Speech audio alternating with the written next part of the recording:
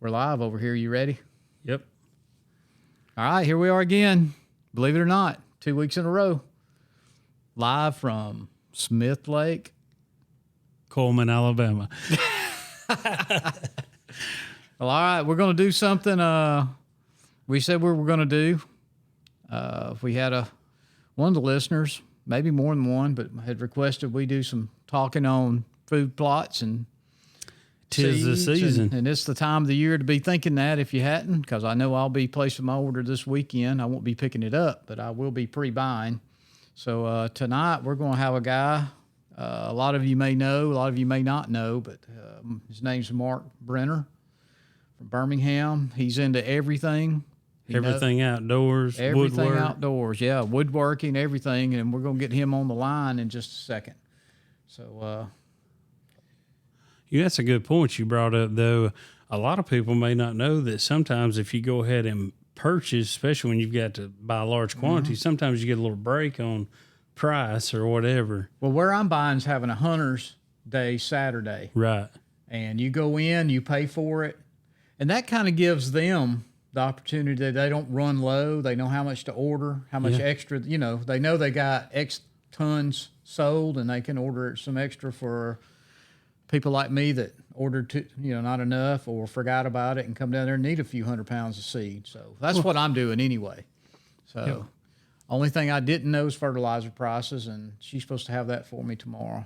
So anyway, so y'all get ready, and we'll get Marc on the line, and we're going to talk food plots tonight. All right. Okay, folks, tonight we're here with a special guest, Marc Brenner. We made the introduction, but we're going to let him make his own introduction and kind of tell us how he got started and all about him. Go ahead, Marc. First of all, appreciate you guys helping me and having me to be a part of the show, and I always enjoy talking about the great outdoors and God's blessing, and we put that forward in foremost. But my passion for the outdoors started, like a lot of others, way back as a child. I started deer hunting and pursuing the great outdoors with my uncle, and way back when I was a kid, and he kind of grew and developed. I grew into hunting clubs and started working with them, and was at the hunting clubs when I learned more about tractors and about food plots and about management and about wildlife and all this, and how it really is. It's kind of like a puzzle that we all kind of like put it together, and for me, it grew from there. I ended up being blessed to have the opportunities to work with some of the most influential and professional biologists in the field. I ended up going to school, graduated from the University of Montevallo, graduated with a communication degree with a minor in marketing. I did not have a degree in wildlife biology or environmental sciences or anything like that, but my heart was always into wildlife. It was always into hunting. It was always into managing. And it took a while for it to get there, but long story short, we just kind of learned as we grew. And I think it's important that most folks understand that as long as you've got the desire and you've got the will to learn and to be better, if you can attend that next field class, you can attend that next seminar, no matter what it's on, no matter what topics it covers, whether it's from forestry to herd management, maybe habitat and development, maintenance, any of those subjects that can help improve your knowledge and wisdom of what it's going to take for you to reach your goals is what's most important. So, we go from all of that, and I ended up working my way into a sales position, and Misty and I were working as a promotional team for several manufacturers in the industry. And this is where I think you kind of help create your own luck by it's your work ethic. And for us, going back to the early days of pro staffing and being a promotional team, we always took the job that nobody wanted or the last call. And we did what we had to do in order to surround ourselves with right people to help us guide us through our journey. You know, because truly in life, it's not what you can do with yourself, it's what the people you can surround yourself with, right? Exactly. So that's what it takes.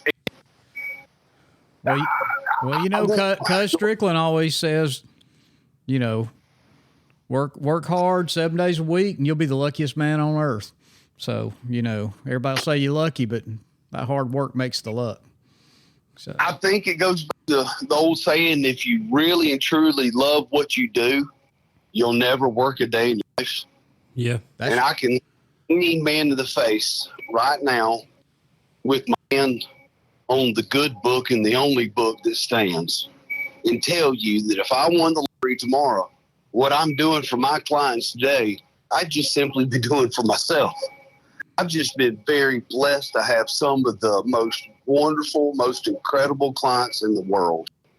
And because of them, do I get to do what I do every day.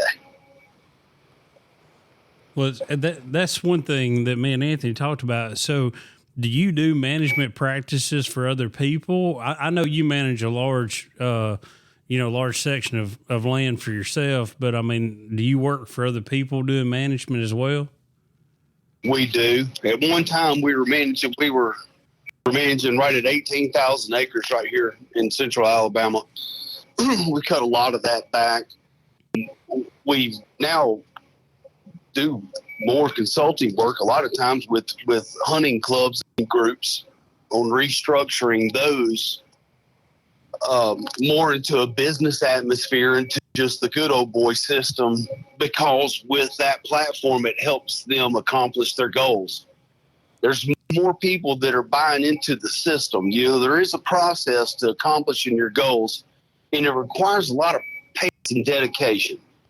The factor in the matter is, and when it comes to managing hunting clubs, you got the 80-20 rule. 80% are lazy and 20% do the work. Would either one of y'all disagree with that? No, I've been running a hunting club for 20 some odd years.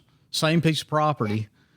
We lost it and got it back, but I would say, yeah, those people will find the ones that'll pull the wagon, and let me tell you, they'll put the rocks in the wagon for you to pull. Now, I will say we've dropped our. I've got a club's about 3,500 acres. There's not but 12 of us, so it takes 12 to do it all. I mean, so we do have some workers down there, but generally speaking, you know, when hunting season's over, and all of them basically, except for me, just deer hunt. I turkey hunt, of course, Right. But you don't see or hear much out of them till about this time of the year. Now, I'm not saying that I couldn't call everybody up and go, hey, we got a busted water line. Let's get down there and get it taken care of. They would, but, you know, it's kind of up to one or two of us. We go down and we check things and we drive roads and, you know, yeah, I agree 100% with you. Well, the thing about it is, if you'll start taking and identifying what it's going to require, first of all, let me back up. As a land manager, you have to identify your goals. You have to set your goal of what you're wanting to accomplish with that piece of property. Every property is site specific. Agreed? Yes. So that being said, once you determine what your goals are, you have to set forth the guidelines of what it's going to take to achieve that. With that being said, is how you determine what the ante or what the participation fee is. It's not based on the amount of the lease. I agree with that. So say, understand what the tractor work is worth at $80 an hour. Mm-hmm. Who's got that tractor? Who owns it? Who pays the insurance on it? Who pays the note on it every single month? Who makes sure that it's running? Who deals with the flat tire that's $2,200? Oh, I know. Who's carrying all that weight? Who's carrying all that liability? Well, it's easy for y'all to sit in your office in an air conditioned freaking with the tie on while I'm sitting out here with the sweat equity. That's not worth something. Yep. Furthermore, you got to set forth the goals. Pay attention to what the goals are. In order to accomplish the goals, this is what it's going to take. These are the requirements. Here we go, diving into the food, the food plot program. We got the habitat, land development, and maintenance. We've got the supplemental feed program if we can't produce enough on our own. We've got all of that to incur, the tractor work. Everything that has to be taken into consideration that everybody just seems to forget and ignore over and beyond the lease. Why is that? I don't know. Well, I think a lot of them, they're there to go hunt. They don't want that responsibility. And like you said, if you set your goals and they buy in and they're going to set it well, nobody at my place gets to sit at home. You participate. Or like I said, but there's not enough of us. We got 3,000 acres and 12 people. So, if you want to hunt and you want a place to hunt, you're going to have to get in there and put the sweat equity in. Everybody does. I mean, and to be honest, I mean, everybody that's down there, we're not a high dollar, bunch of doctors and lawyers and that kind of thing club. Everybody pretty much blue collar working guy. I mean, there's, I guess I'm probably the closest to white collar you can get, and that's because I run my business. But other than that, everybody else. You know what? More kids need to be raised in that environment, and if more kids were raised in that environment, the world would be a better place right now. Amen. Yes, I agree 100%. They absolutely what needs to be there, and that's what we need not forget. Most importantly, because let me say this, just like I'm not a biologist and I'm not a professional on any of all of this, but the fact of the matter is I do know that more kids need to be sharing like times doing this. And we need to put the focus back on and having a good time versus how you do things or how you're not doing things or the way you do it is right or wrong. We all just need to agree to have a good time. That's exactly how we've got our club, or my club. It's my club. I mean, I signed the lease, so I make the rules. I get the members. I throw you out. So far I hadn't had to do that but once. But I want it to be fun. I'm getting to be an old man now. I'm 59. All my kids are grown. My grandkids are kind of in between stages of being big enough to hunt and do that kind of thing. So a lot of the guys down there are almost, they're my kids' age. They got their own families they're raising and that kind of thing. And I want them, I'm not a quote unquote, we're not down there trying to raise 200-inch deer. If that child wants to shoot his deer, he can shoot it. We do have some, adult rules, but never will a child be, degraded for shooting a spike. If that's his first deer, I don't care what they shoot. We have a hard enough time recruiting new hunters now. So I don't, you sure don't want to hurt one of them's feelings where they never want to do it again. So I would encourage any property manager or any hunting club manager to utilize the right to communicate, put things in writing, get things established to help make sure everybody's on the same page. You know what I'm saying? And that's key. Things are going to happen. Situations are going to occur. Deer are going to be killed and lost. That's the whole purpose of this whole situation. Let's not sweat it. 1, 2 deer, not going to hurt a situation. If you got a problem with it, then you can deal with it, afterwards. But you don't need to ruin somebody over. Oh no. Right? And that's one of the reasons I wanted you on tonight, because there is so many new hunters out there I say new hunters. I call them YouTube hunters. They've seen it. They're trying it. They're, you know, but they don't. They weren't. They didn't have the. They wasn't raised. They wouldn't have the luxury of what me, you, Dustin. I mean, I grew up. I mean, I got my first shotgun when I was 11 years old, and I was turned loose with it. I mean, you know, I mean, yes, sir. And you'd never think about doing that today. Oh no. I mean, I had a shotgun and a rifle hanging on my gun rack in the back of my pickup truck at high school. Try that now. I had my own little farm tractor at 10. Well, I was with a belling mower. I'd mow yards and stuff. That's exactly what I had until Daddy finally broke down and bought a Murray after I flattened his tire on that old Farmall Cub a couple of times.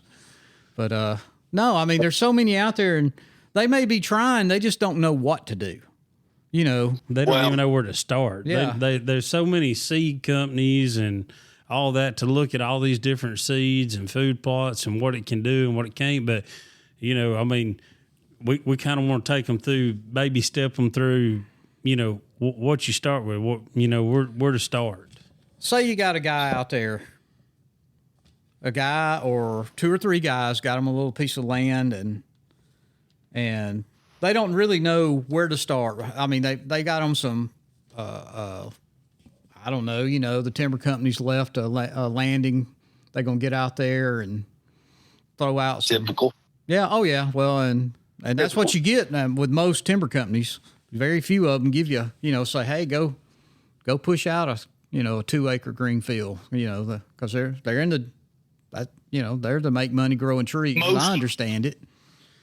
Right. But, so, I mean, what would you tell a guy like that or so first, again, this goes back to identifying your goals, because depending on what your goals are, depends on what your level of commitment is going to be to establishing a program like this. But I love talking about food plots because food plots it's like a blank canvas.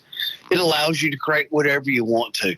For me, I know that when I'm trying to grow and develop deer, I want to create as many opportunities for them to stay at home as I can.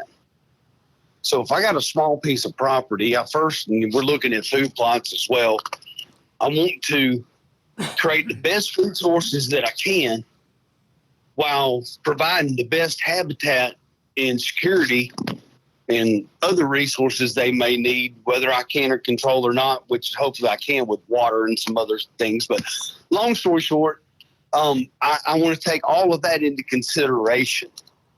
So the guy that is literally going to go out and lease 100 acres and hope to kill a deer or two to fill the freezer, and that's all he's looking for, just go get you a bag of ryegrass and be done with it. And I mean, don't, it'll grow on concrete as long as it's wet, and you won't have to worry about a thing. But take it another step.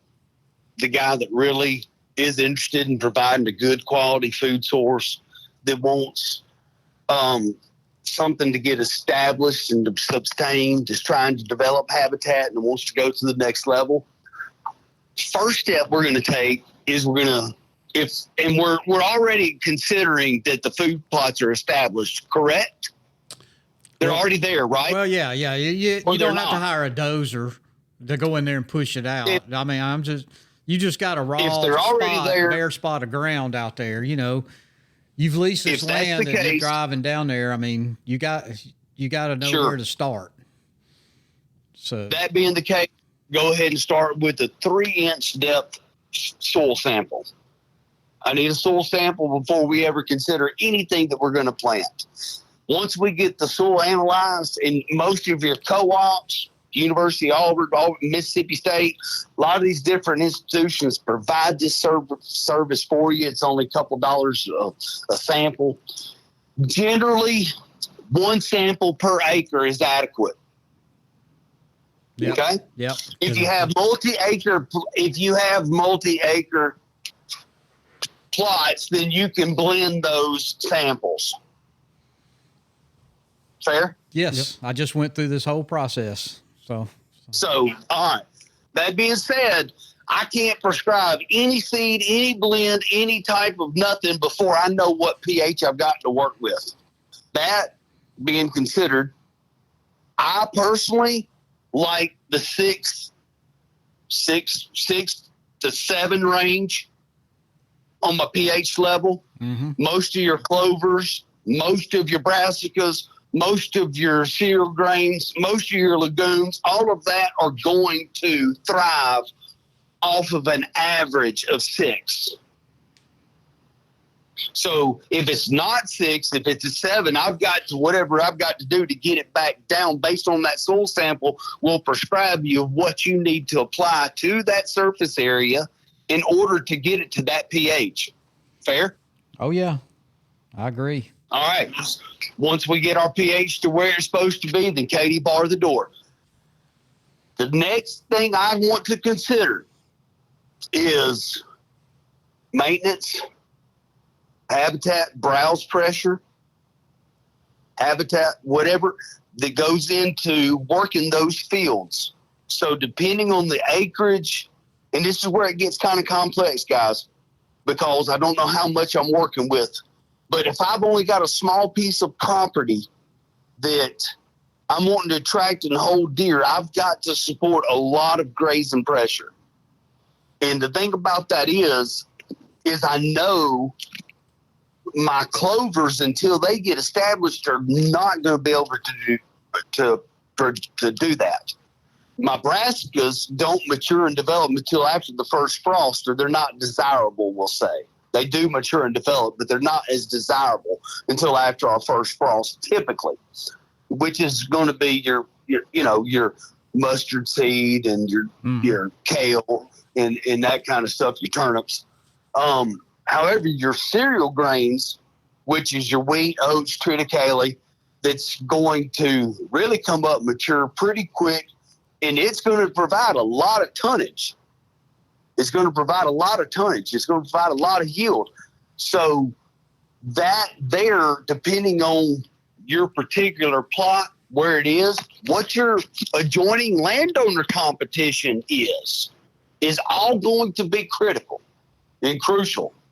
But with food plots, you've got a lot of different opportunities because each one can be different. I personally, going back to the buffet, when you were growing up, if they had an all-you-can-eat buffet with just the general items on a Friday night in a small town, it would kind of get crowded, and you had to kind of select what time to get there. But, dear Lord, if you throw in crab legs once a month, you know what's going to happen. Oh, yeah, they're going to line up out the door. You're going to watch grown women fight. So variety, I think, can be key. So depending on if I had, say, 100 acres and I was going to put 3 food plots on it, I'd probably put one right in the middle of it that I would do my darndest to put a 6 to 8 way blend of clover in it. And it would take me 5 years to get that established, providing the pH level was exactly where it was supposed to be, and it was neutral, because I'm going to continue to complement and add more clover seed to a base blend over every year to where the clover basically overcomes and subsides the rest of it, where I don't have to. It will sustain without cereal grains, without any brassica, without any legumes. The thing about legumes that I know they're very, very high in protein, great nutritional value, high digestibility, all of that is wonderful. Guess what? If they end up taking at 2 inches, if they clip both of those top leaves off, guess what? Bye-bye. Yep. I agree. It's gone. I'm not sure that I'm willing to invest that time, effort, energy, money into legumes as much as I would clover. So if I can get clover established and complement it with the cereal grains and some brassicas, because I know I like to throw a little variety in there, and they like that stuff, especially, after the first frost. To me, that gives them the balanced food plot. So what you're saying, though, you're going to start heavy trying to get your clover to establish, but over that 5-year period, like you're talking about, you're going to go in there and still put your 4-way, 6-way, something in there, and then keep adding that clover to it until that clover's. I will, but not near as much. Yeah. Well, I mean, yeah, I guess you're stepping it down every year as your clovers get. Every year you're going to back it down because that clover's now become more, and I don't want to give it any more competition. And what I want to do is just lightly drag my discs in a straight line. Don't cut them. A lot of people don't understand. And this goes back to tractor work and learning your tractors and your implements. And most folks, respectfully, not even sure why that adjustment's even in the middle. You know what I mean? But let's talk about that and be respectful. Okay, yeah. The steeper the angle of your blade, the sharper it's going to cut and the deeper it's going to cut. Yes. So if I can keep them straight, it's going to keep the grain straight. It's not really going to break. It's going to break it, but it's not going to cut it. I see what you're saying. So That seed's going to fall in those little cuts. There you go. That's right. Without, you don't want to break. You don't really want to turn over the soil. You just want to break it. Okay. So that gives an opportunity to aerate it. And the thing about it is, you got to realize that in your food plots, if you're on an annual maintenance program and development program, which most clubs are, they go in and re-break every single year. Yes. Which costing more time and more money. And if they'll work on this clover thing, they can end up saving themselves time and money as well.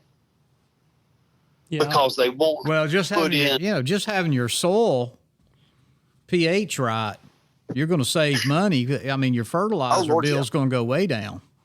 You're not wasting. Absolutely. So the thing about it is, a lot of people don't realize is that if they could get a good clover blend, and I'm talking about a 6-way variety, and what I like is 3 spring or red, 3 fall, white at minimum. All 3 of those varieties are going to mature at different levels, whether it's Uchi, Airleaf, Diamond, any of those different varieties will mature at different points throughout the fall and different points throughout the spring.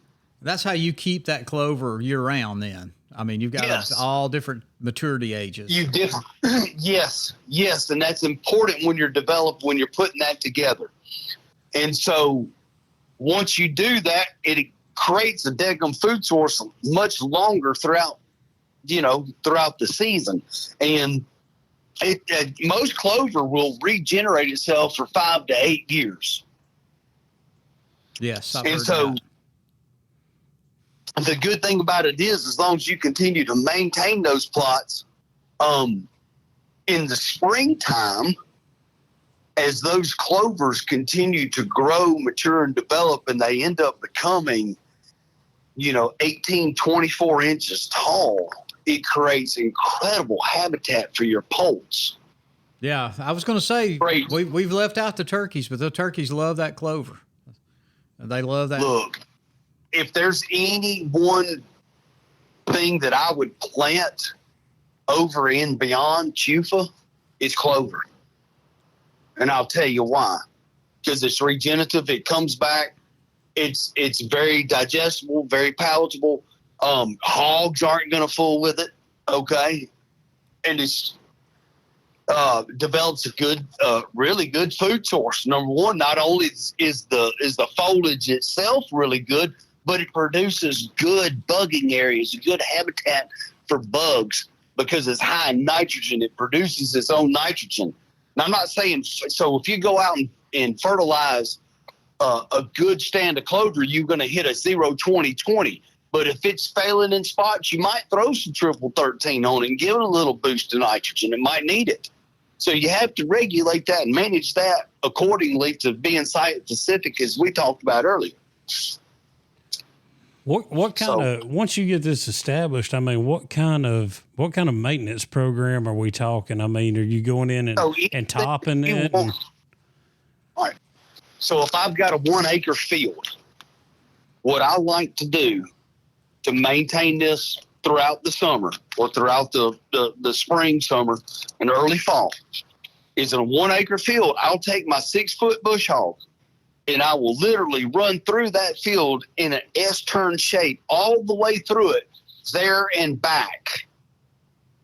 What that does, it keeps that clover. You imagine being a poult and trying to look in all you can, and you're 6 inches tall, and you're trying to look through all this tall 24-inch stuff and live in that.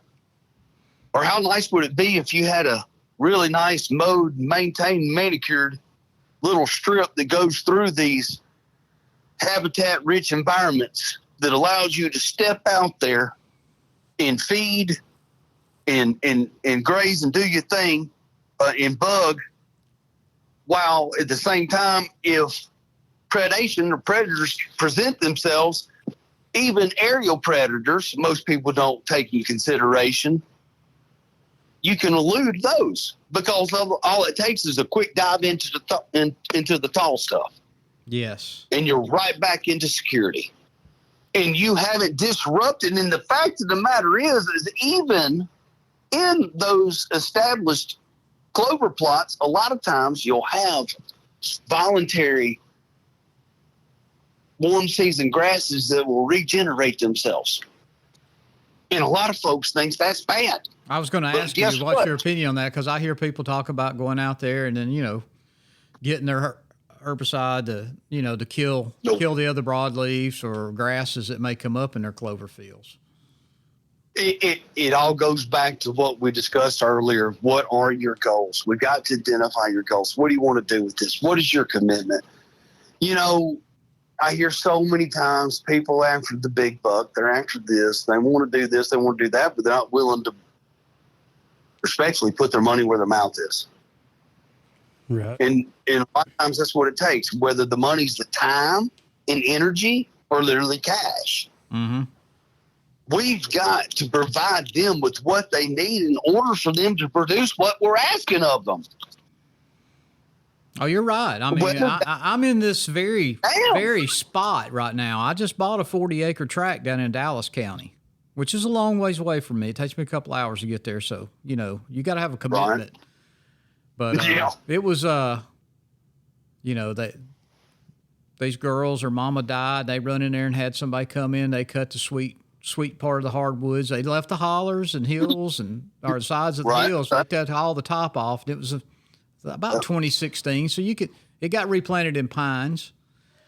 And I just bought this a couple of years ago. And I saved up the money. I had a guy come in down there and he, we cleaned it up and reestablished my road system I had in there. And he pushed me out two 1 acre green fields and about a half acre. And that was just October last year. So, nothing's really happened. I'm right now trying to get my soil pH up. Let me tell you, Mark, when you go get your soil sample and you go to pick up your results and the guy pulls it out of the drawer and he kind of looks at you and he said, what did you buy? Strip mine land? I said, oh gosh. Yeah, I said, that bad. Yeah. Oh yeah. My pH is at 5. I mean, I've got a lot of liming to do. And the ash and everything else, I've just got a lot of work to do. And last year, I know what we said about ryegrass, but let me tell you, I threw something on to keep it from washing. I was just trying to get something to come up to keep that fresh. And it ain't red clay. It's pretty sandy. I think that's part of it. But I didn't want it to wash away over the winter, so I put the rye to it. It's still, hell, it wouldn't grow ryegrass. So, but not good. Dang. I mean, it was that bad. I mean, that's rough. Yeah. So I've got a few years work ahead of me, but it's going to get there. So everything you've been saying when you talk 1 acre fields and this and that, I'm sitting there going, yeah, this is right where I am right now. This is good stuff. Well, please be patient. That's all I can tell you. It's a long-term process. It's only going to be what you make it. It's not smarter than you are, right? Well, I don't know sometimes. I don't. Well, don't ask my wife that question, okay? Well, listen, willing, if there's a will, there's a way. Oh yeah. Yep. And work through this. And it just depends on going back to what your goals are. That's right. But, you know, before we can talk about food plot strategies and all that stuff, folks got to understand we got to get the bases covered, get your pH soils done from there. And then we just identify what they want to do. Now, I tell you, I like a good variety in my food plots if I can offer it. If I have the acreage to work with, sometimes I do, sometimes I don't. But on the smaller plots, and here's the thing, a lot of folks don't understand that if a foundation doe, and we'll dive off into that if you want to in a little while, but if a foundation doe that calls 60, 80, 240 acres, home, that's where they live. I can show you a doe that doesn't leave 10 acres right now because it's everything she needs. If she gets everything she needs, and you think about growing, developing, and if I got 40 acres, how in the world can I manage this? How in the world could I ever grow a trophy buck? How in the world could I ever do that? Well, if you want big deer, you got to start with big deer, don't you? That's true. Well, if you're going out to shoot doe for the freezer and you shooting the biggest doe, aren't you kind of, you know what I'm saying? You don't know how many times I've preached the same thing you're about to say. That doe carries the same genes as that big buck. No, our genes are 70%. His is 30. Well, okay. There you go. Okay. I'm coming from a deer breeder situation. I'm one of those high fence nerds. Fair? All I know is if I got a doe. Call me one of them, whatever you want. It's fine. I'm a high fence nerd. But I've also worked with captive deer for the last almost 18 years. That's why you figured them out. Good. I mean, respectfully. So when we go to buy and evaluate deer, we're looking more at the doe bloodline than we are the buck. How about that? I've always heard that. Yeah. Yeah. I agree with that. I agree. So that being said, if we want big deer, we got to start with big deer. But if we want those big does to be bred that are 8 and 10 years old, that's probably going to require something more than a 3-year-old buck. Fair enough? Yes, I agree. Think about grown men, we would definitely not have any interest in a 16-year-old kid, no matter what she was. I mean, we ain't got time for all that. Put yourself in their position. They're not interested. Well, and it's the old bull, young bull syndrome too. Well, you said it. I didn't. Well, I mean, I'm saying that young deer, he's out there chasing everything that with 4 legs. So guess what? What you're saying is that big old mature deer. He's kind of picking out what he wants. He's not gonna. And she's picking out what she's picking out what she wants. So if you got 40 acres that's got 10 foundation does on it, where's the big mature bucks going to be? I agree. On that hey, let me ask y'all one more question. If you keep a group of women together long enough, what's going to happen with their ester cycles? They're going to get in sync. It's in sync. You're right. Well, can you imagine what's going to happen? If you get 10 grown women all at the same time telling you, come get it. Yeah. No, I agree. Oh. His old eyeball's going to pop out of his head. He going to know which direction to go. Man, you know what's every mature buck in the county going to do? He's coming to that 40. You remember what it was like to go to Walmart parking lot when you were 18? Oh, yeah. I was at Eastwood Mall. Was it Dairy Queen for y'all? I know it's Dollar General for kids nowadays. But come on, help me out, folks. I know. Where did you go to cruise? You was cruising. And hang out. You was cruising that parking lot where the women were. Do you want to have one of those parking lots or not? Makes very good sense. Yep. See, I like how you're bringing this into easy. It's easy understood for layman's terms. Layman's terms. Yeah, there you go. Layman's terms. I appreciate that, guys, because I say it often and I say it a lot. most folks overthink this stuff way too bad. Mark, going back to all these varieties and stuff now, do you purchase, like, do you have a certain deal, or do you kind of mix your own seed blends? I'm very blessed to have wonderful relationships that I've developed, through the years. And I work with a local supplier, Universal Seed, and through their support, provide my clients specific blends. Yes. Okay. All right. Yeah. So I've bought from them many times. I'm not, there's a lot of good seed companies out there. Goes back to, what your goals are, and what you want to spend, and what you're willing to commit. And how many times you heard of guys, that's not a damn seed, bag of seeds, $50. I mean, I'm no way I'm going to spend that when I got damn 3-way over here for 18, I can't fight that. I can't fight that.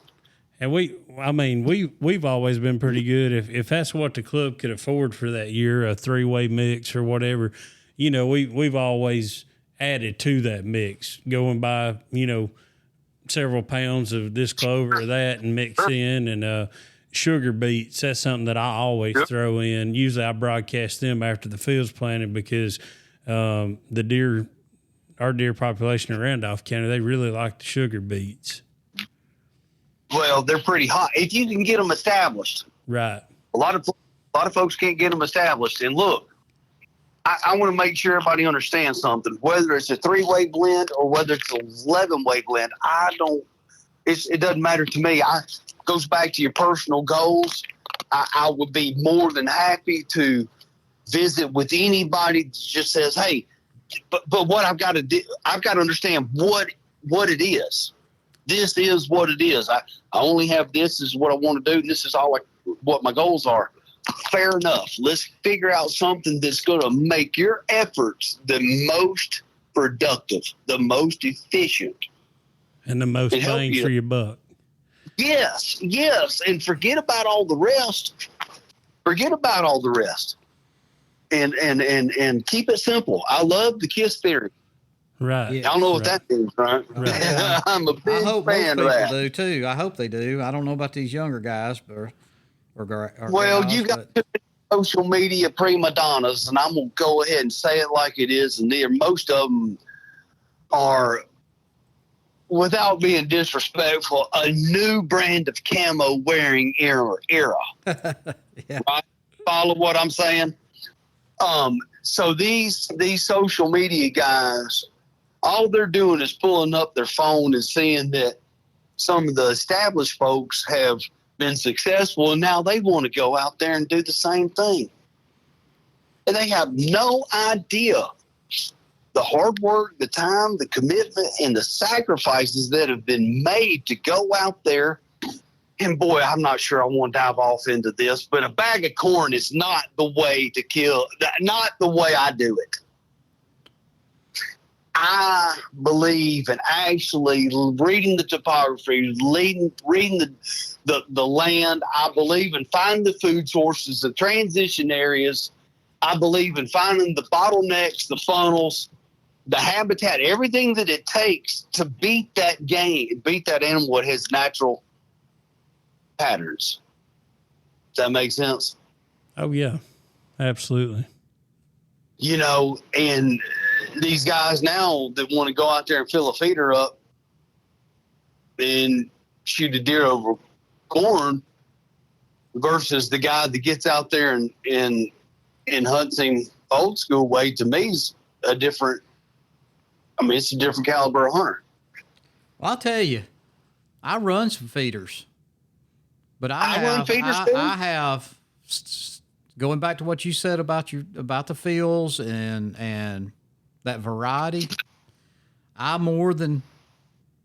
would say 7 out of 10 times, if I'm sitting and there's not a pressured area, if I'm sitting there watching these does or young bucks, of course, some big bucks aren't, they're not coming out there anyway 9 times out of 10 in the middle of the day, but they'll walk right past that feeder eating that the green stuff. They like it. Yes. Yes, sir. I mean, over corn or soybeans or roasted peanuts, for that matter. I've watched them walk right by it as they graze down the lane, and That's where everybody thinks that corn's this magic bullet. It's not. I agree with you. And I can't tell you the number of times I've sat there in the stand and watched deer literally walk by, because I do use feeders. I don't want people to understand that I'm not against, feeders or feeding, deer. I absolutely in certain programs feel like it's absolutely, a necessity, because they don't have any other way of getting protein or nutrition, pretty much any other way. So you have to supplemental feed. But with all that being said, I still like and value, especially as a bow hunter, the traditional strategies that we utilized growing up without utilizing supplemental feed or bait, as and I don't want to dive off into this too deep, but cell cameras as well go right there, and that's a big topic of discussion. But technology, it grows with us every single day. It's going to continue to be more defined and more resourceful, and there's no telling what they're going to develop next, especially after what I've seen, come through cell cameras for the last, 30 years. Oh yeah. Who would have ever thought from back in the 80s when you stretched a string across the trail and you had that little, what was it called? A trail timer or something like that? Trail tamer, something like that. You didn't even get Trail to see tamer. what, you didn't see what it was. You just know something broke it. Heck, it could have been That's right. a raccoon for all you know, but to now you just sit at home and, well, let me see what's happening over there. I mean, not only the cell cameras, but now on demand, you can just turn the thing on and look if you want to. It's crazy. You can take a picture of your favorite hunting spot and see if there's anything out there or not. That's true. I'd be lying. I'd be lying if I was dying right now, or dying if I was lying right now. But the fact of the matter is, they can create an unfair advantage. I agree. I'm gonna tell you something. I killed a turkey a couple of years ago strictly because of the cell camera. I was not going to hunt this spot. Was not going to hunt it the next morning. I already knew where I was going. At 6:30 that evening, that gobbler walked down that road, and I said, "Well, he's roosting. That turkey's going to roost. Well, right there. It was almost dark, and that's where I went the next morning. Now, that wasn't no guarantee he was going to walk back up that road and come to my, adequate call. You knew what area, right? Yeah. Yeah, but you knew what area he was in because of that camera. That's right. Exactly. I'm not going to expand on it anymore because I don't want to circle around on the negative side of things, but I just want to tell you I totally agree with you. So, it's that strong. But people have to understand too, they don't always walk in front of that camera. Just because you don't get a picture don't mean there's not a shooter buck somewhere right in there. You may have it set up wrong, or he may not just I like it. He might smell where you went in there, or the turkeys too. I mean, it was just pure luck. I do I reset all my cameras after deer season, specifically trying to target turkeys, trying to see how many I got, and right now, I've got them out. So trying to see, I've got so lucky. This 40 acres in Dallas County, I'm so fortunate. There's nobody hunts around me, and it backs up into the national forest, which, you got your forest hunters and that kind of thing. But I'm going to be the only salad bowl in town. I can zoom out. I can zoom out on my Onyx or Google Earth. There ain't another green field within a mile. Beautiful. Then you're going to have an opportunity to create the best. That's my goal. Redneck buffet you can. Yep. So it's going to go well for you. I hope it does well anyway. Well, I'm just trying to, I'm trying to, I'm kind of like Job. I'm trying to work on my patience. You know, you want it all at one time, and then when you start getting older, you're going, man, 5 years, 10 years down the road, I don't even know if I'll be walking around, you know, but it's like planting a tree, you know, you just got to plant it, and because you know what it's going to be one day, and it just takes time. So fine wine comes with time, doesn't it? It does. It really does. It takes. That's really what it takes. But just know, if there's ever anything I can do to help you, please. Oh, hey, I was going to say, you may get a call from me one day where I'm scratching my head, said, I've done all this. What am I doing wrong?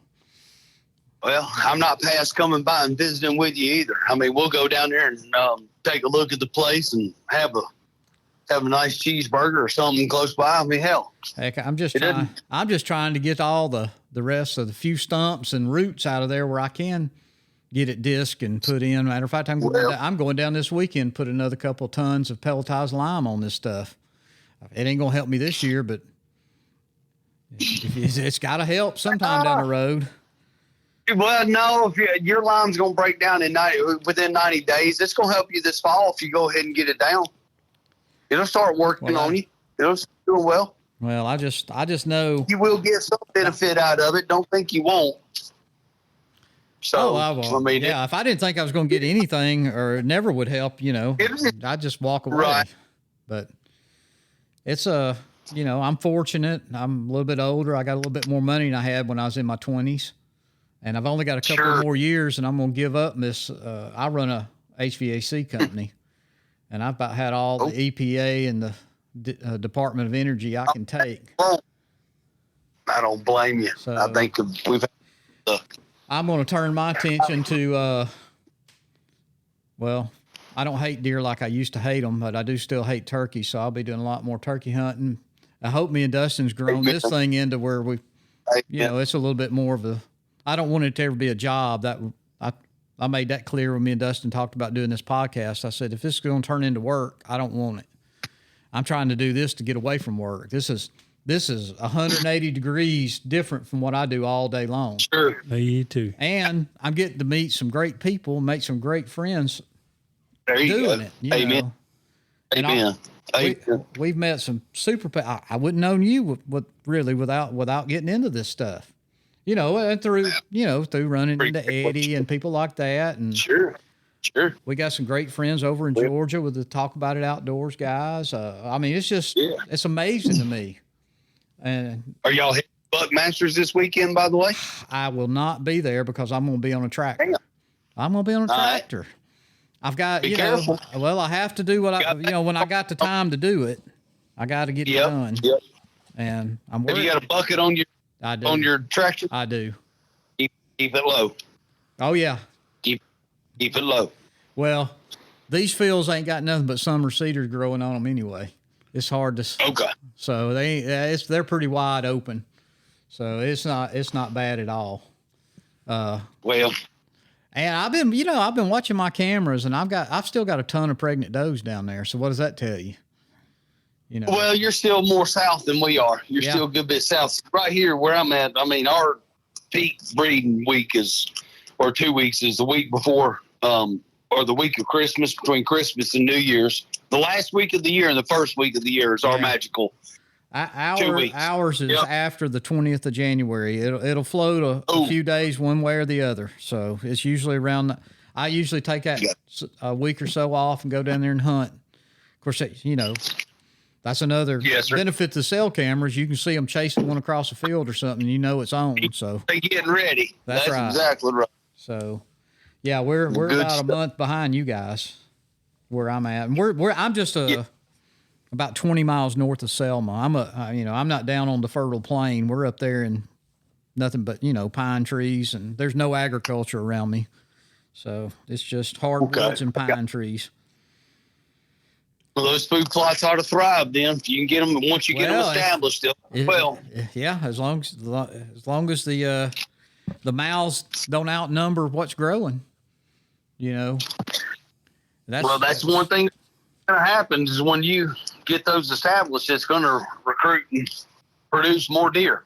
Oh yeah, and that's what make sure they can sustain the grazing pressure once you get that But again, if you'll just protect those foundation does and identify the does that have the biggest sprains, develop those, recruit those, protect those, name those, because it's hard to shoot a deer that's named. The outcome when you name them become a pet, right? So that's right. Name them that way. You cannot shoot Susie on 3. She's going to bring her and her 2 twins out every single day. Leave her alone. They're going to be there just.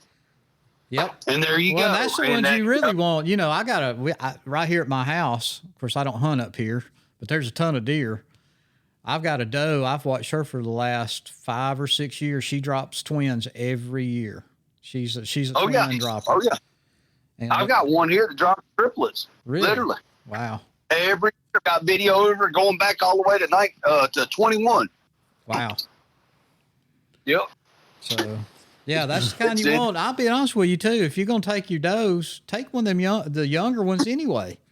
They're better eating. Well, save Big Mama. Well, like I said, if you go out to a nice steakhouse tomorrow, take your wife for an anniversary dinner, and white tablecloth, right? Mm-hmm. White tablecloth, everything's candles and everything. The waiter comes out, and we got 3 cuts of meat. They're all from the same fillet. I got an 8-year-old heifer, a 10-year-old bull, or an 18-month-old calf. Which fillet you gonna take? Oh, I know exactly which one, and it'd be the last one you just mentioned. Okay. You don't want that 8-year-old heifer? You sure you don't want that 8-year-old heifer? Well, it's a bigger fillet. She's gonna be tough. Maybe not as tough as that old buck, but yeah, be like exactly on leather. It's gonna be tough, but the only difference is that old buck's gonna taste. He's gonna be full of testosterone. You're exactly right. Vinegar and everything else, and he's gonna taste gamey. How do I know that? I don't know how you know, but so we do a big old mature bucks. You either gonna put him on the wall or turn him into sausage. Yep. That's what happens. So guess what? If your bucks that you can identify by 3 years old are not going to meet your goals, understand what I just said? If 3-year-old bucks are not going to meet your goals, they need to go. That's a great point you just brought out. I hope everybody listened to that. I've got one thing on the food plots, Mark. If you mid-season and you've got a big concentration of deer and you've got small plots, I have a piece of property like that. I'd say none of our plots is over a quarter of an acre. Anthony's hunted there. Would you agree? I agree, yeah. And so they really mowed them down because we do have a lot of deer there.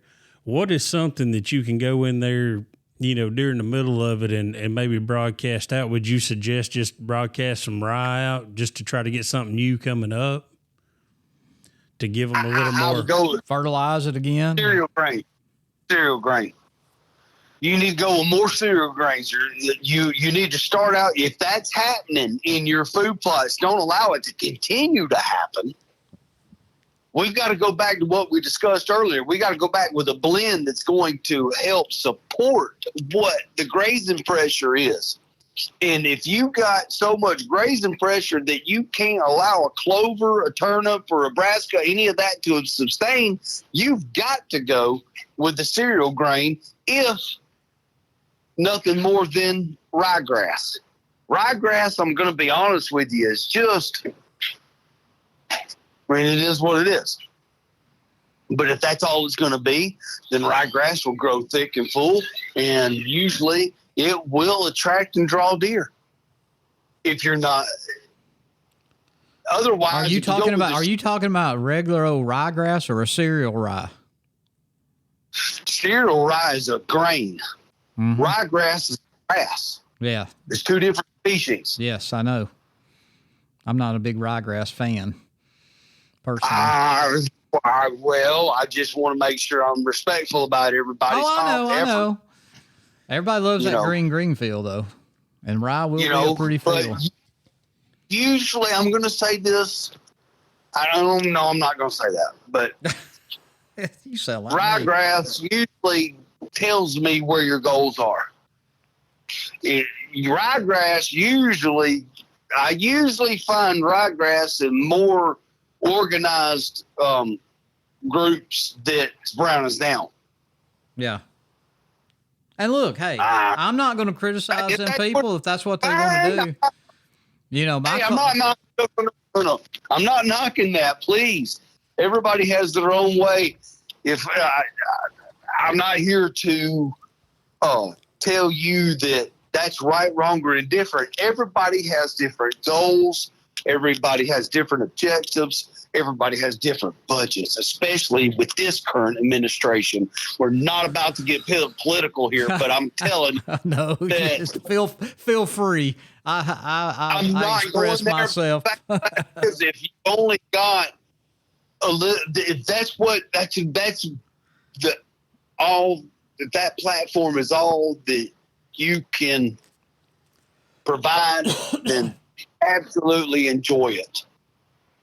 Absolutely enjoy it. I don't care what it is. But there's just, look,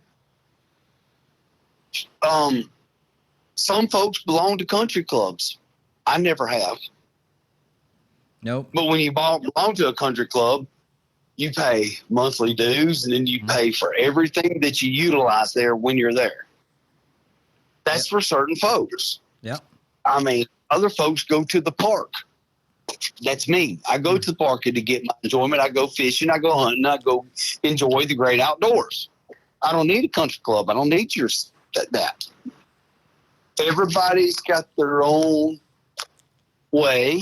That's right. And what makes it work. It's not us to pass judgment on that. No. I wish more people understand it. No. Be proud for what it is, but social media has crushed it. Because if you're not holding up a 165-inch deer, you ain't done squat. And if you're not wearing a certain new camo, then you're not status quo.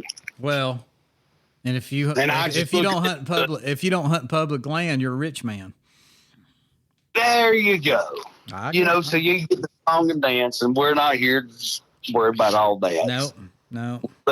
We'll let them skin that cat however they want to. But I think for the most part, the rest of us I turned 50 this year. Thank God I did. I was blessed to turn 50 on Easter. Wow. Spent it with my wife. I watched my wife kill a nice turkey. I called in 4 strutters for her. And I didn't even kill one. She got mad at me because I didn't double up with her. You didn't double up on your 50th? I did. Well, I just killed one the day before. Yeah. I called in 2 by myself the day before. And I said, well, I'm happy with that. I don't have to get, and you just look at everything and realize we need to be more grateful for what we have instead of what we don't have. Amen. If more people were, we'd have a lot happier place to live. I couldn't agree even more. And I just wish that more folks were getting into the great outdoors for the right reasons instead of the wrong reasons. I'm tired, and I'm going to say this on the record for whatever it's worth. I'm sick and tired of these industry whores that want to come half-dressed in the damn thong bathing suit, flashing everything they damn mama gave them, hoping to fit in this industry. But old folks like me ain't going to support it. And I just assume you'd be more respectful to your God-given parents and quit doing that. It's a different world, Mark. We're in a different world. It is. It's a whole different world. Pitiful. It's pitiful, but I'm old school, and I wouldn't want that for my daughter. And I'd slap her teeth out before her mama did if she ever handled herself that way. But I don't like seeing people doing that to our industry, because I do see, and I'm old school, guys. I'm old school, and guess what you're about to tell me? NASCAR's not the same as it used to be either. Well, but I'm one of them guys too. I am too. I don't even watch it. I don't even watch it. I don't even watch it.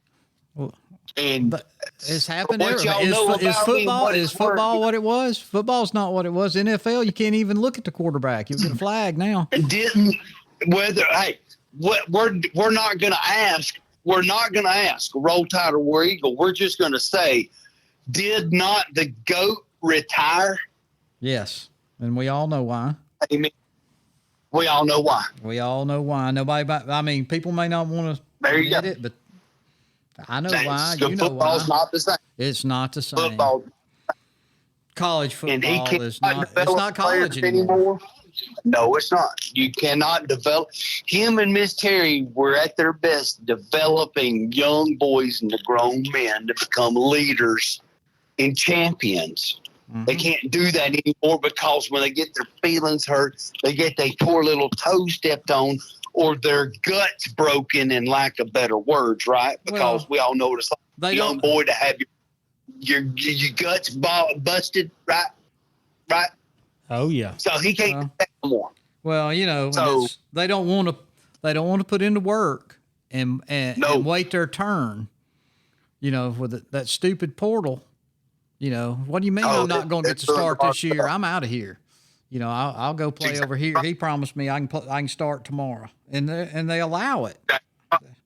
And they'll pay me $1 million a year. Yeah. That's what's even more sickening about it.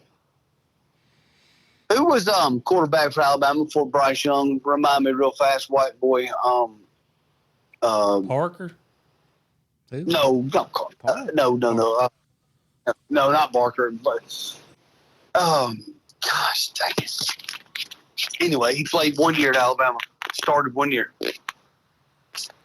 Ended up in NFL. Come on. God, dog, I can see his face, black-headed. I can see his face, dude. I don't know why I draw a blank, but anyway. Because he's kind of a bad boy in the NFL, or was. He's a good player for the Giants, I believe. I think so. I know who you're talking about. Yeah. I follow him like on Facebook. I've seen him, his wife, his kid. I know exactly who you're talking about. But yeah, he waited his turn. He waited his turn. He played 1 year. Was it Mac Jones? And you know what, guys? Who? Mac Jones. Mac Jones, yes. Yep, you're right. Yeah, that's him. I know what you did. You cheated.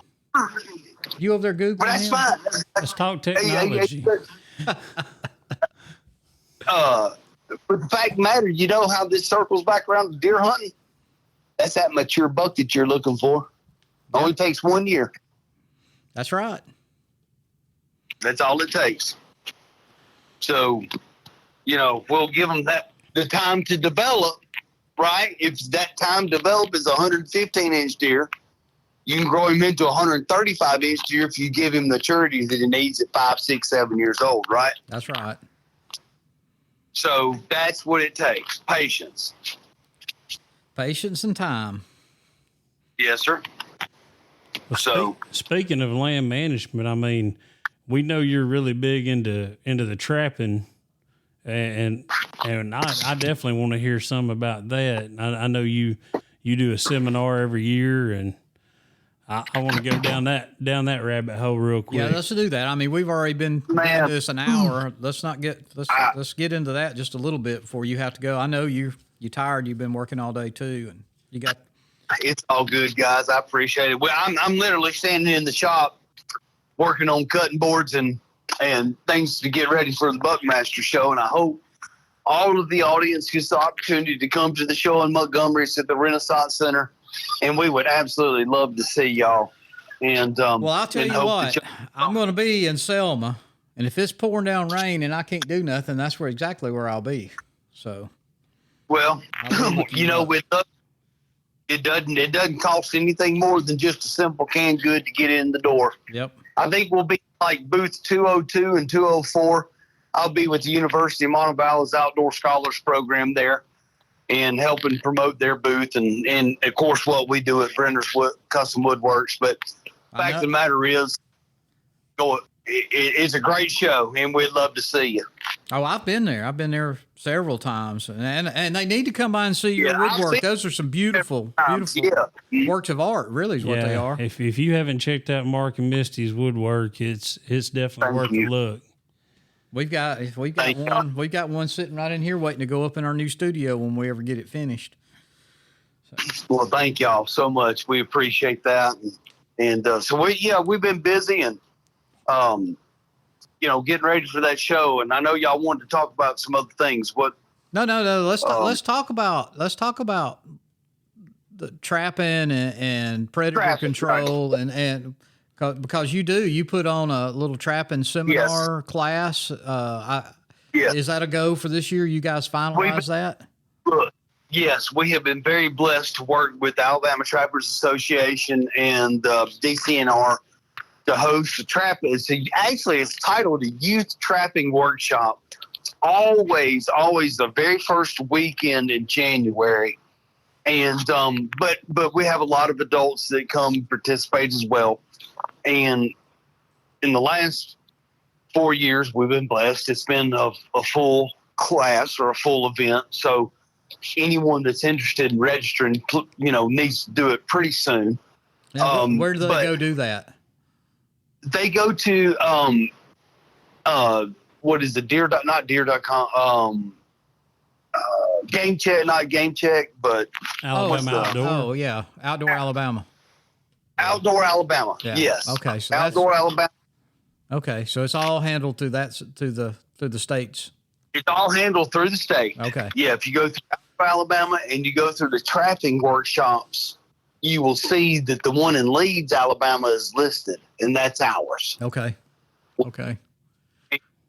Basically what they'll do, what the attendees will do is they'll come in on Saturday morning, and they'll register by usually around 8 o'clock, and we'll get started no later than 8:30 or 9 o'clock, and we'll go through an entire morning up until about 11:30 or 12 of nothing but the background on trapping, kind of like the history of it, the rules, regulations, the laws, techniques. It's all 100% classroom, hands-on type session. And then we'll break for lunch, and usually Misty and I will cook or have lunch provided for our workshop.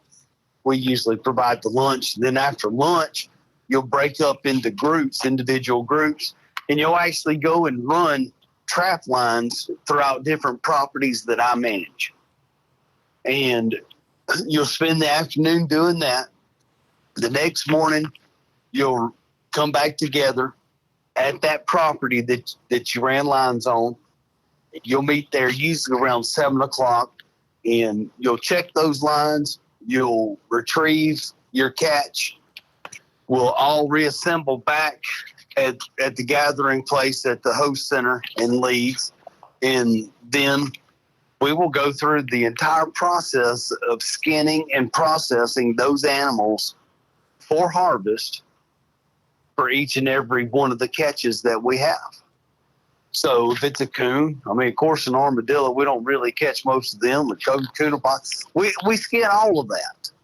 And whether or not somebody wants to keep the skin or have it tanned, possums not usually, but, raccoons, foxes, coyotes, any of that, beavers, a lot of that, they get sent off and go to the tannery, and people keep them for keepsakes, for a long time. And, but we love, and that's the thing, most folks don't understand that trapping and predation control is a very, very intricate part of keeping the equation balanced. Now, when I was growing up in school, or going through school, I respectfully wasn't the sharpest student in the bunch. I wasn't the valedictorian or any of that, but when I was going through math, I paid attention enough to learn and understand that if you want to keep an equation balanced, whatever you did to one side, you had to do to the other, right? Absolutely. So my question to all the hunters out there that are so boastful and proudful about what you're doing, are you a contributor or are you a taker? I'm going to call it on the record. Let's be honest about it. Are you a contributor or are you a taker? Because if you don't do anything but kill deer or kill a turkey, and you do nothing for habitat, you do nothing for trapping, you do nothing for native, you're a taker. Fair enough? I say it a lot. If you're not helping, you're hurting. You're part of the problem. Yep. You're part of the problem. Quit being a social media snob. Get your head out of your ass and start helping. That's what I would tell anybody. Help. Y'all start trapping, start working on habitat development and maintenance, start working on all the other stuff. Give back instead of taking all the time. And then guess what? Our numbers will get back to where they're supposed to be. But when you got all these social media snobs out there trying to keep up with the Joneses that want to daggum kill 5 turkeys a year or want to kill, 18 deer a year or all this other stuff because all these other people are on social media, that's not helping. They're the ones that are leaving the hunt club as soon as the season's over, not showing back up until the party starts. They're takers. Yep. Y'all agree? You agree? 100%. 100%. So it's going to be what you make it. Go back to what I said earlier. It's what you get. You get out what you put in. What are your goals? Are you a giver or are you a taker? Well, we need a lot more givers. That's for sure. But that's not the world we're in, but that's what the world we need. Yeah, it really lights me up when folks want to point at the biologists and point at all the state officials and say, why are our turkey numbers all the way going to crap, or why are they so far down and blah, blah. You ask them how many turkeys they killed and they filled their limit, but they did nothing to help. Right. Okay. How many nesting predators you take out? Yep. None. How many coyotes you catch? None. How many bobcats you catch? None. Oh, but you killed 5 gobblers. Good for you. Well, what they don't realize, and people that don't do any of this, whether they go out and set on a cutover and call coyotes or put out a DP trap, it's fun. Yep. It's fun. It is fun. If you love the outdoors, if you're involved with the outdoors and the great outdoors, you want to manage this resource, you'd be willing to do that. You would enjoy that. Wouldn't you? Oh, most definitely you would. Absolutely. So I just, respectfully just encourage people to try to, and I say all this, put as much effort into giving back as you do as in taking. I had this dog out fight with a very close friend of mine that I've known since college. He was actually a little brother in my fraternity. He can produce or provide all the time in the world to go on all these hunting trips and go all these vacations, but yet he can't produce any time to take care of 15 raccoons on his feeder. Yep. Get your priorities straight, man, or quit crying. Yeah, I agree with that now. If you're not going to do nothing, don't complain about it. Don't complain about it. You're your own worst enemy. Put your money where your mouth is, but you know what? Everybody's got time to go play. Everybody can find time to go chase that big buck or chase that turkey, whether it's only a couple times a year or not. But if you can make time to play, you can make time to pay. And if you can't, then you need to pony up and pay somebody to do it. Very true. That's the truth. Even as a club, as a group, it's part of the equation. Keep it balanced. Go back to your goals. Identify what they are. Tractor works, food plots, supplemental feed, maintenance, trapping. What? We got to pay for trapping? What's this trapping fee for? You ever got an invoice for a trapping fee? Well, hell, if you ain't going to come down here and help me, I'm going to pay somebody to do it because I ain't going to do it by myself. That's part of the program here. This is what our goals are. This is the business plan. It's not just a good old boy system no more. You get what you pay for. That's all there is to it, guys. It's so simple. Because everybody wants to talk about doing things, but more than not, it never gets done unless you go do it yourself. So why is all that liability on you without being compensated for it? I agree. Rethink it.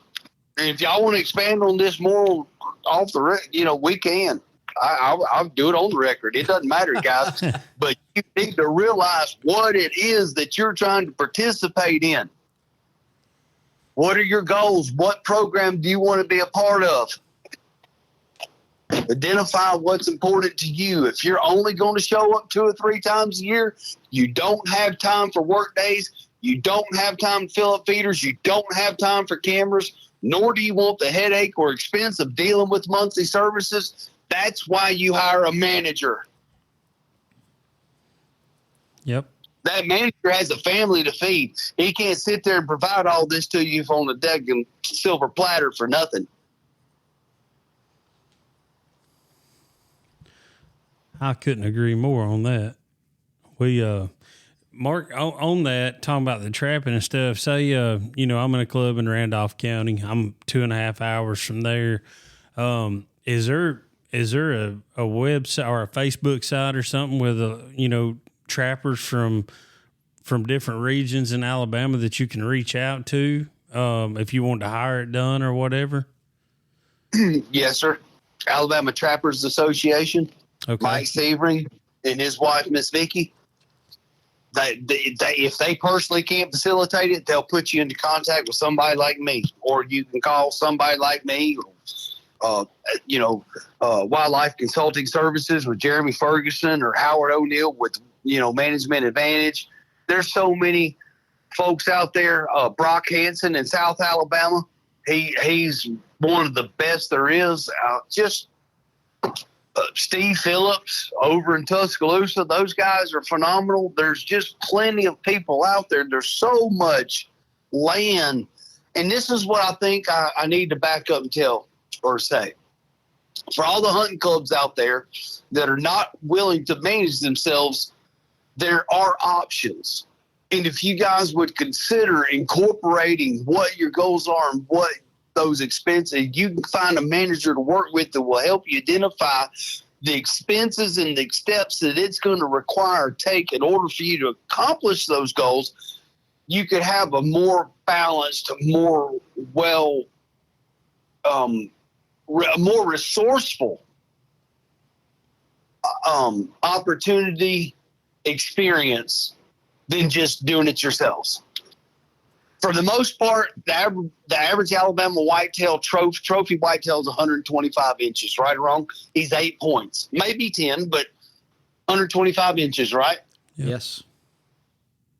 So if you can't, as a property owner, as a property manager, as a club manager, whatever, if I was managing 3,000 acres and I wanted to take my program from the next level, from the system that is we all chip in and we all don't provide, but I'm going to sit here and stress myself out and require that you attend 2 work days every single year, and you're required to do this and you're required to do that, to basically a turnkey operation. You're providing all of those services a la carte. Right. It attracts a different clientele. Mm-hmm. Yep. Bar none. Bar none. Those guys don't mind paying it. They don't. The results are important, but they don't have to kill a deer every year. You're going to have to manage the herd more than they will. Oh yeah, I agree with that. It's with as few members as we have down there on the one I run, you're not going to hurt the bucks, and you can't get them to shoot we're way overpopulated with does. I mean, that can hurt you bad. It can hurt you. Well, it goes back to all those mouths out there feeding in your green fields. Deer's going to consume 6 to 7 pounds of foliage a day. Do the math. It don't take long on an acre field. Yeah, and that browse line's going to get heavy on everything. Yes.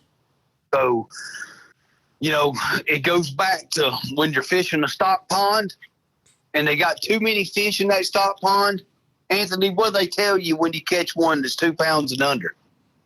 Keep it. Got to take it. Can't put it back. Or throw it on the bank. Throw it on the. I know. My brother lives on the lake. Am I right or wrong? You're right. I mean, I've watched my brother fill up a 5-gallon bucket full of crappie out of a lake because there's too many. They went no bigger than your hand. You know. That's it. You can't grow the big ones. That's what happens weird. That's what happens. You know, you got to have quality over quantity. I agree. Either way, guys, you know, it's a lot of times it's what you make it. And I just encourage everybody to be positive. Realize that none of these resources would be possible without the good Lord above. And we need to thank Him on every harvest. And, you know, just keep the right intentions in your heart. And figure out what it is that your goals and desires are, and then go place yourself with the right environment to produce that. Whether you own your own property or you join a like-minded group or club to facilitate that. But either way, it's still hunting. That's right. I encourage us all to remember that and to support one another, whether we agree or disagree on how it's done. That's right. I do not agree with a lot of the new ways and things and that and the other, but we will, you know, it's okay. I want to encourage the next generation to continue to preserve our natural resources and protect our heritage. So it's up to us to pass it on. That's right. And as long as we're being critical of one another and damning those for not doing it or agreeing the way we are, that's not developing anything positive. No, I think that might be a good point here to bring the train into the station. I know, like I said, we've done kept you an hour and a half now. It's okay, guys. I sincerely know how much I appreciate you thinking of us, and I enjoyed, you know, talking with you guys and being a part of your show. And if there's ever anything else we can talk more about, please let me know. We definitely want to get you back on. And once we get this studio done, I will, you know, so you don't have to come up here and sit in my kitchen. You know, let's do it. Come up here and sit down and just make sure Misty brings some of that turkey salad when y'all come. Oh my word! Hey, I'm gonna tell you what. I'm gonna give a big shout out to Cahaba Tractor today. I had a mishap last week, and they're just so good to us, and they were able to get me back going really, really, really strong. And long story short, Misty made them about 8 pounds of smoked venison salad. Oh my And we took it in there to the mechanics that were fighting over it, and their service tech even sent us a message thanking us for all the goodies. And I gotta tell y'all, there's something about that smoked venison salad that's just absolutely off the charts. And the turkey, I don't know if it's better or not, but it's just as good, isn't it? I'm gonna tell you, I'm dying to try either or all the above. And is, you know, I didn't eat lunch today, and I hadn't had dinner, and y'all are killing me. Y'all are killing me. Well, I've had a cup of popcorn. I'm ready for something, and that's you and me both. You and me both. Well, guys, thank y'all so much for having me. I hope y'all have a wonderful evening and a safe weekend. And I thank everybody for tuning in. I hope they was able to pick up a few tidbits here and there. If there's anything that anyone would like to expand on, please, you know, send me a message. Look me up, social media, on Facebook or whatever, and I'll be happy to discuss anything y'all want to talk about. And guys, again, I want to thank y'all so much for allowing me to be a part of your show. Hey, we appreciate you. I know it was short notice, but man, I've learned a lot tonight. Me too. I think everybody did. I think I'll go back to the drawing board and do a little looking into some of these things we've talked about for these small food plots I got, and build off of that. Well, like I said, if there's anything I can do to help you while you're going through that whole process, please don't hesitate. Both of y'all have my phone number, and please share it with anybody else that might need it, because I'm more than happy to help anybody that wants to learn more on how to make this wildlife and our resources I'll better. definitely, in our notes, on the show notes, anybody can go down to there. I'll make sure I have your name, and if you don't mind, if you don't care for your number being out there, I'll put it right there beside it. No, right. because I know anybody that's watching this show or tuned in is going to be sincere. So please give me a call. All right, buddy. Well, we appreciate it so much. Mark, y'all be careful on your travels. Y'all be safe. Hope to see y'all this weekend. All right. All right. Bye-bye. Bye-bye. Wow. That was a lot of info to take in. I felt like I've been in church. Yeah. Yeah. He brought the heat. And amen. I thought we was going to have an altar call there for a minute. So, hey, I'm a big believer. Hey, you don't get where you are like he is without doing certain things and living by the rules and having a plan. I'm not the best on having plans, but I'm sure a lot of it's trial and error. Oh yeah. Well, he just said 18 years worth of it. So, I mean, just like when you get this ground started down there and you start working this ground, the pH, you may find out that a clover's not even possible down there. I'm hoping it is, because we kind of got a plan where you're going with that. But I never heard of what he was talking about as far as like 6 different clovers in one mix. Whites and reds. I've always wondered why people could get their clovers staying green year round. Well, it must be all of those different varieties, levels, and I know we're beating a dead horse, but I found that amazing. So that's something I'm going to, once I get the ground right, it probably won't be this year, but by next spring or fall, when it's right, where I can start doing some planting. Really like the fact that he said that the clover puts nitrogen back in the ground. Oh yeah. I knew that, but but if you don't have no nitrogen like I did, I wasted 10 pounds of clover seed. Throwing it out there, not one seed sprouted.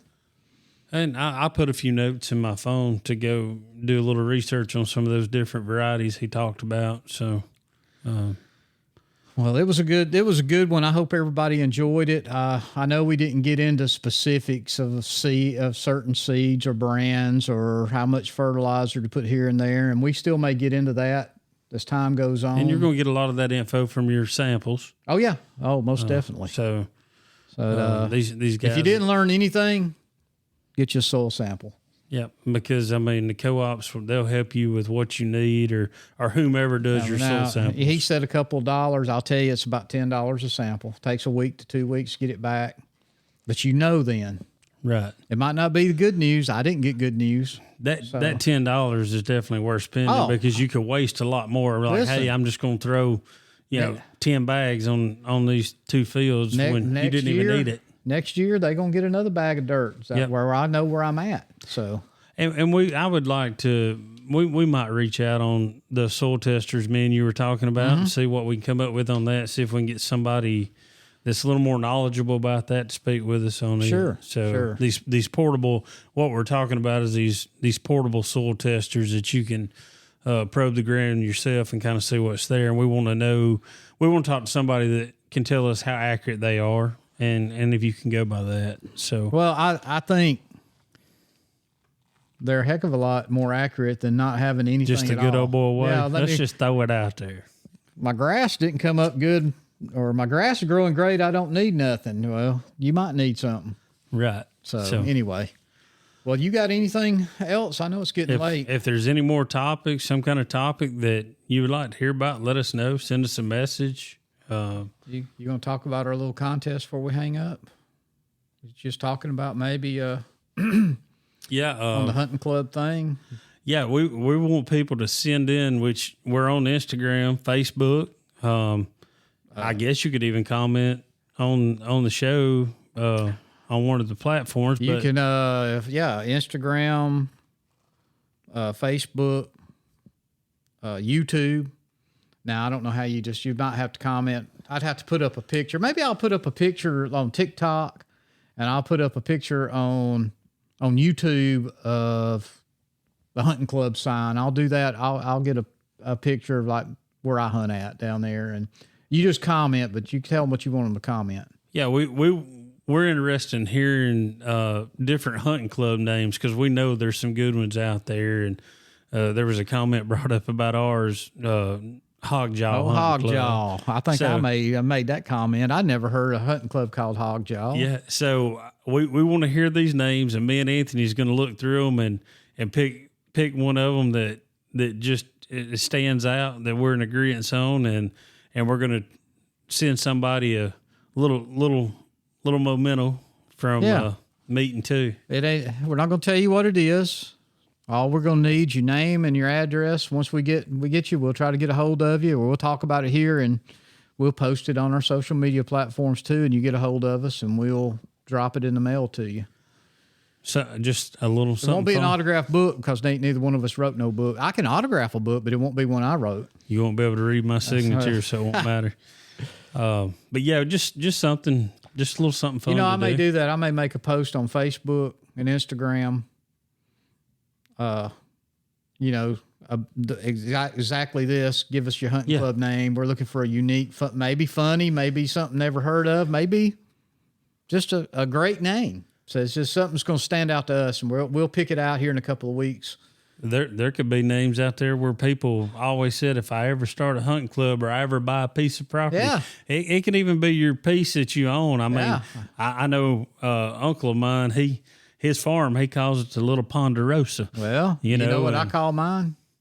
Crowfoot Farms. Crowfoot Farms. There you go. I mean, I don't really tell a whole lot of people that, but that's what I note, like a picture I save or something. There will be signage soon. But yeah, just send it in. Me or Anthony one or us, we will get that put up so people can start commenting on it, and we'll see what we can come up with. I think it ought to be pretty interesting. And we appreciate everybody tuning in, and share us with your friends. Go out there and give us a follow on our podcast, and follow us on our social media. And oh my God, yes. And I almost forgot. Let me go back over this again before we get too far down the road. Cuz Strickland, Ronnie, my friend, we want to be Mossy Oak Pro staff so bad. Lauren, if you're here, Toxie, Dudley, any of you over there in the Mossy Oak family, if you'll just shine your light on us. I mean, we're shining the light for you. We want to be part of the family. We want to be part of this family. Bottomland runs through my veins like blood. I believe if I bled out today, it would be Bottomland. It'd be New Bottomland, by the way. Somebody over there is original, but come on, guys. This is my weekly beg to you. Not going to make it long and sad, but show us some love over here. Get a hold of me. Lauren, you know how to get a hold of me, cuz I know you know how to get a hold of me. Be a sponsor. Just tell us what we got to do. Do we got to ride over there, take a class, get some baby oil and rub your feet? I don't know, but just help us out. And that's all I got to say about that right now. What else you got? That's it. Well, until next week, Meeting Two Nation. We get out here, let us know what you think of this podcast. If you like it, don't like it, want us to talk more, just let us know. And I guess we'll see you in about a week.